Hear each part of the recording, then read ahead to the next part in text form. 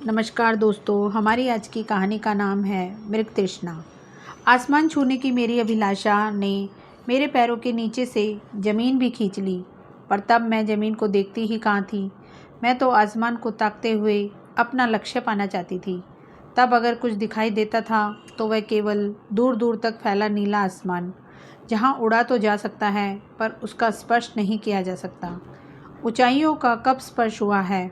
जब हाथ उठाओ वह और ऊंची उड़ जाती हैं, मरीचिका की तरह। ज़मीन चाहे उबड़ खाबड़ हो, पर उसका स्पर्श हमारे पैरों को खड़े रहने का आधार देता है। पर यह एहसास तब कहाँ था।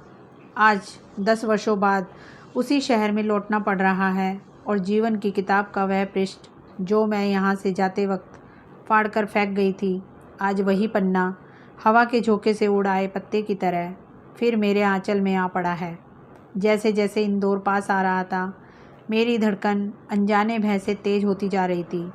पता नहीं अरुण लेने आते भी हैं या नहीं। 10 वर्ष लंबा अंतराल हमारे मध्य से गुजर गया है। देवास के बाद वहीं जाना पहचाना रेल रूट, धड़धड़ाती हुई ट्रेन मन के अंदर भी दौड़ रही थी। दिल की धड़कनें तेज और तेज हो गई। बस आने ही वाला था इंदौर स्टेशन। अरुण, अरुण, अरुण, बस यही एक नाम दिलो दिमाग में गूंज रहा था। एक पल को लगा 10 साल अरुण से अलग रहकर भी, अविनाश का साथ होने के बावजूद, शायद ही ऐसा कोई दिन होगा जब अरुण यादों में ना आया हो। मैं नहीं भूल पाई उसे। शायद आज भी मैं अरुण से प्यार करती हूँ। अविनाश तो बस। गाड़ी स्टेशन पर रुकते ही नज़र बेचैनी से अरुण को तलाश कर रही थी। अरुण सामने से हाथ हिलाते हुए दिख गया। मैंने भी हाथ हिलाया। गाड़ी से उतरते ही अरुण ने हाथ मिलाया। हाथ पकड़ते ही मुझे लगा अरुण 10 साल के विरह में दोनों हाथ फैलाएगा, मुझे बाहों में समेट लेगा और कहेगा, मैं जानता था तुम ज़रूर वापस आओगी। पर ऐसा कुछ नहीं हुआ। हेलो नीरजा, कैसी हो? अरुण ने मुस्कुराकर पूछा। ठीक ही हूँ, छोटा सा उत्तर दे मैं चुप हो गई थी। अरुण सहज था, पर मैं उसके हेलो से आहत हुई थी। बगैर ज़्यादा कहे मैं अरुण के साथ आगे बढ़ गई। अटैची गाड़ी की डिग्गी में रख अरुण ने कहा, चलें? मैं चुपचाप अरुण के साथ सीट पर आ बैठी थी। उसका चेहरा शांत था। गाड़ी स्टेशन से बाहर निकालकर वह मुझे बरसों पुराने हमारे फेवरेट कॉफ़ी हाउस में ले गया। मैं सोच रही थी कि अरुण वहाँ ले जाकर उन पुराने दिनों की यादों को ताज़ा करना चाहता है। मैंने ध्यान हटाना चाहा उन बातों से। कितना बदल गया है कॉफ़ी हाउस। हाँ नीरजा, समय के साथ बदलाव आ ही जाते हैं। देखो, तुम भी तो पहले से मोटी हो गई हो। हाँ, कुछ बदलाव ना चाहते हुए भी आ ही जाते हैं। मोटा होना भी उन्हीं अनचाहे बदलावों में शामिल है। यहाँ आकर गुजरे हुए लम्हों को फिर से जी लेने का मन होने लगा। कॉफ़ी के साथ अरुण ने कटलेट का ऑर्डर भी दिया था।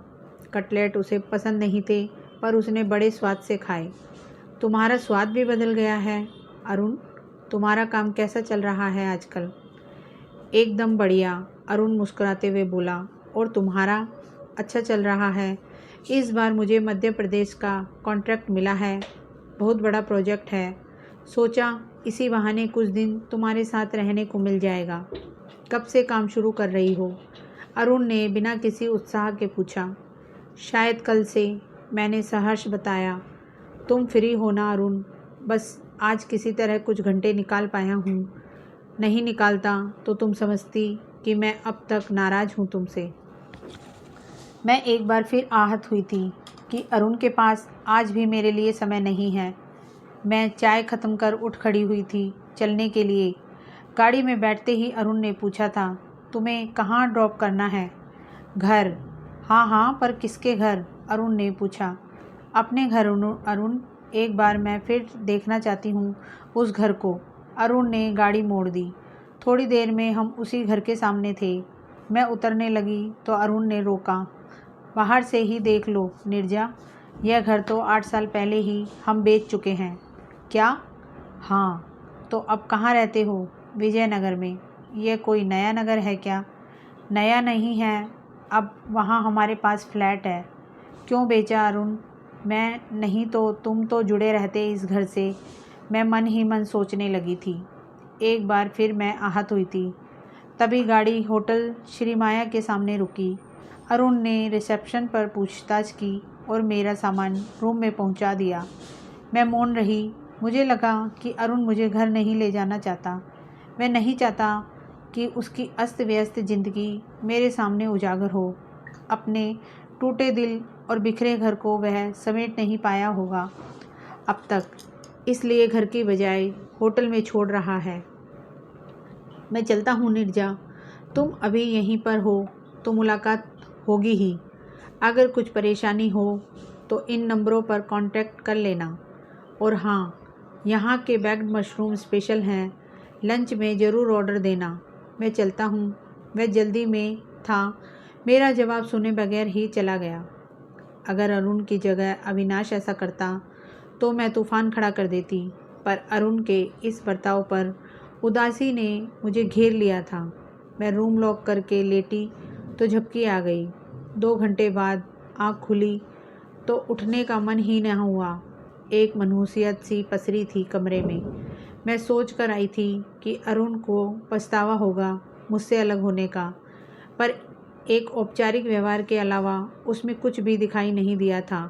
अब क्या करूं, यही सोचते हुए उठी, चाय का ऑर्डर दिया और नहाने चली गई। नहाकर थोड़ा फ्रेश लग रहा था। मैं तैयार हुई और कैमरा लेकर होटल से बाहर आ गई थी। रिक्शा ले राजबाड़े तक जाने का मूड बनाया। इतने सालों बाद राजबाड़े को नए स्वरूप में देखा तो कई फ़ोटो खींच लिए। अकेले घूमने में मज़ा नहीं आ रहा था। कितना घूमती मैं अरुण के साथ राजवाड़े और सराफे में। रबड़ी, देसी घी की जलेबी, कितना स्वाद है यहाँ के खाने में। चाट, पकोड़े, समोसा, सब कितना पसंद था मुझे। यादों के झुरमुट में भटकते हुए मैं उसी चाट हाउस के सामने पहुँच गई थी, पर अकेले खाने का मन नहीं हुआ। कुछ देर रुककर खाती हुई भीड़ के फ़ोटो लिए और पलटने लगी तो अरुण की आवाज़ सुनाई दी, ए नीरजा रुको। पलटी तो अरुण मेरी ही तरफ आ रहा था। मैं रुक गई। बगैर कुछ खाए जा रही हो? जानती हो, तुम्हारे जाने के बाद कई दिनों तक दुकान वाला पूछता था कि आपके साथ वो चटोड़ी मैडम नहीं आती। अब मैं मुस्कुरा दी, हल्की सी चपत लगा देती, पर ऐसा कुछ नहीं कर पाई। अरुण मेरे हाथ में पेटिस चटनी का दोना पकड़ाकर एक छोटे से बच्चे को लेने आगे बढ़ गया।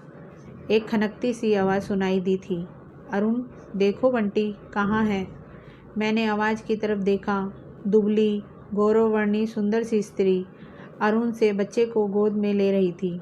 वे तीनों मेरे पास आ गए थे। अरुण ने परिचय करवाया, नीरजा ये अंजलि है माई वाइफ, और ये मेरा बेटा बंटी। और अंजलि, नीरजा को तो जानती ही हो।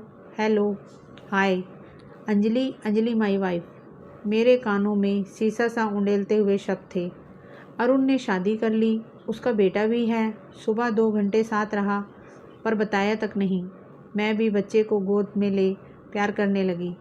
बेटा सचमुच प्यारा है, एकदम अरुण की तरह।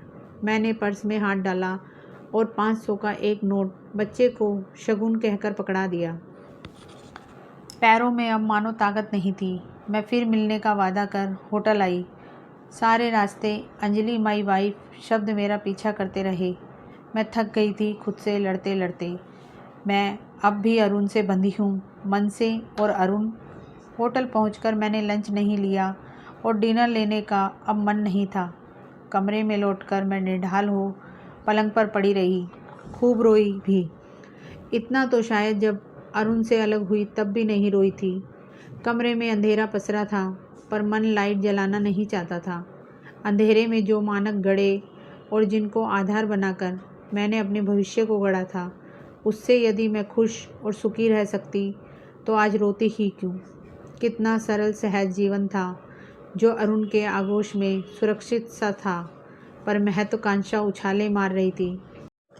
गृहस्थी के दायित्व कुछ थे ही नहीं, पर तब भी मैं उस बंधन से मुक्ति मांग बैठी थी। लेकिन समय ने मेरे सारे मुगालते दूर कर दिए। आज अरुण, अंजलि और उनके बच्चे को जिंदगी जीते हुए देखा, तभी से लगा मैं हार गई। अपनी सारी महत्वाकांक्षाओं को पूरा करने के बाद भी हार महसूस कर रही हूँ। मैं केवल स्टिल फोटोग्राफी में ही करियर बनाती रही। नाम, यश, पैसा, क्रिएशंस, कितने शब्द थे मेरी महत्वाकांक्षा की डिक्शनरी में, पर असल तस्वीर तो अंजलि ने बनाई है, अरुण की। बंटी के रूप में, रचना भी वही और सृजन भी। स्त्री के अस्तित्व का अनमोल क्रिएशन मैं नहीं कर पाई। शायद अविनाश ना आया होता जीवन में तो महत्वाकांक्षा यूँ प्रबल नहीं होती, करियर के लिए मातृत्व को दांव पर ना लगाती। पर तब एक ही जिद थी कि नहीं चाहिए अभी बच्चा। मैं अबॉर्शन पर अड़ी रही थी। अरुण रो दिया था मेरे फैसले पर। अरुण चाहता था कि मैं माँ बनूं, पर मैं नहीं चाहती थी। अब मैं चाहती हूँ, पर अविनाश के साथ शादी ही नहीं की तो वह बच्चे के लिए क्यों तैयार होगा। मैं उदासी से बचना चाहती थी, इसलिए होटल की छत पर आ गई। तारे टिमटिमाते हुए आसमान में मैं ढूंढने लगी अपनी कोख से तोड़े उस अंकुर को, जो पता नहीं कौन सा तारा बना होगा। अचानक धीरे से किसी ने कंधे पर हाथ रखा। पलटी तो सामने अंजलि थी और अरुण बच्चे को संभाल रहा था। नीरजा, हम तुम्हें डिनर के लिए लेने आए हैं, फटाफट तैयार हो जाओ, अरुण बोला। मुझे नहीं, मैं यहीं ठीक हूँ। चलिए ना प्लीज़ नीरजा जी, एक बार हमारे लिए चलिए। अंजलि, मैं कल लंच तुम्हारे यहाँ लूँगी, आज मुझे माफ़ कर दो। मैंने अंजलि के कंधे को हल्का सा थपथपाया था। आओ नीचे चलते हैं, यही कुछ साथ में लेते हैं। अरुण, तुमने बताया था ना यहाँ बैग्ड मशरूम बहुत अच्छा बनता है, चलो सब मिलकर टेस्ट करते हैं। वो मान गए। मुझे लगा उन्हें तो मनाना ही था, दोनों में अहम नहीं है, अड़ियल स्वभाव तो मेरा था। इतने मान सम्मान से लेने आए और मैं नहीं गई। अरुण मुझे जानता है, मैं हूँ ही ऐसी। कमरे में लौट रही थी, रिसेप्शन पर चाबी लेने पहुँची तो पता चला अविनाश का 4 बार फ़ोन आ चुका है। अविनाश को फ़ोन लगाया। अविनाश से बात करके अच्छा लगा, मन से थोड़ा बोझ कम हुआ। बिस्तर पर पड़े पड़े सोचती रही। अब तक मैं भटक रही थी, लेकिन आज मैंने सत्य को पा लिया था, अपने भीतर के सत्य को। अपने भीतर से ही पाना होता है, वह ढूंढने, मांगने या शब्दों से बयां नहीं होता, अनुभव से उतरता है। आज एक सत्य को मैंने बंटी को देखने के बाद खुद में पाया और पहचाना, और सचमुच कितना कड़वा होता है सत्य। फोटोग्राफी में अविनाश की मदद और गाइडेंस से तब मेरा काम चल पड़ा था। मेरी बातों, मेरे काम, मेरी कला में अहंकार झलकने लगा था। वह अहम ही तो था जो मेरे और अरुण के मध्य पसर गया था, वरना आज अंजलि नहीं, मैं, हाँ मैं नीरजा ही बंटी के साथ होती। क्या हो गया ये सब। हमारे तो संबंध भी शुरुआत में अच्छे थे, हमने तो प्रेम विवाह किया था। आज समझ में आ रहा है, सेक्स और आपसी समझ जहाँ एक दूसरे के पूरक हैं, वहीं एक दूसरे पर पूरी तरह निर्भर भी हैं। पर हम प्रेम विवाह के बावजूद बिना एक दूसरे की भावनाओं को समझे एक दूसरे के लिए धीरे धीरे अजनबी होते गए। तो क्या विवाह के शुरू के महीनों में जो कुछ था वह महज शारीरिक आकर्षण था? शायद हाँ, वह स्वाभाविक था। वहीं मैं चूक गई। यही तो वह समय था जब हमें एक दूसरे की रुचियों, शौक, पसंद नापसंद से जुड़ना चाहिए था। तभी पनपता है वह प्यार जो मैं अंजलि की आंखों में लबालब देख लिया था, वही प्यार जो अरुण मुझे करना चाहता था, पर वह अब पूरी तरह अंजलि को अर्पित है। हाँ, यही प्यार है जिसे मैं ठुकरा कर चली गई थी। यही तो वह सिलसिला है जो आगे चलकर एक सुखी सफल लंबे वैवाहिक जीवन की नींव बनता है। मैंने नींव रखी ही नहीं और अब ध्वस्त अवशेषों पर आंसू बहा रही हूँ।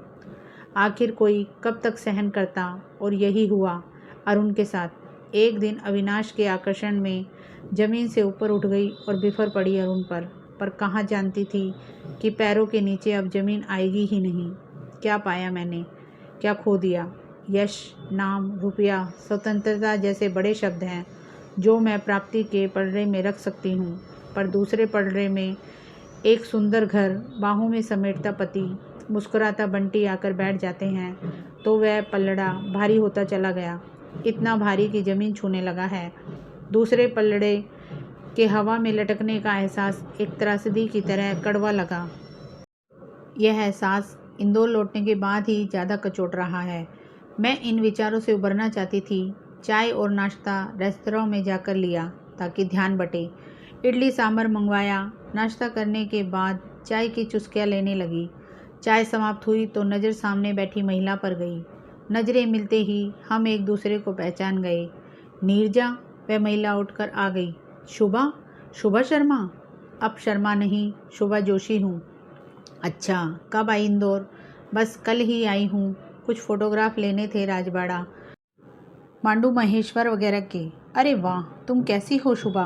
अच्छी ही हूँ। शाम को आओ घर पर, खाना हमारे साथ लेना। यह मेरा कार्ड। नहीं शुभा। क्या नहीं? अरुण अंजलि से मिली? हाँ, उन्हें भी बुला लेते हैं शाम को। वह चली गई और मैं रूम में लौट आई। रूम में फिर वही अकेलापन था। तन्हाई जीवन को उलट पलट कर देखने का अवसर देती है।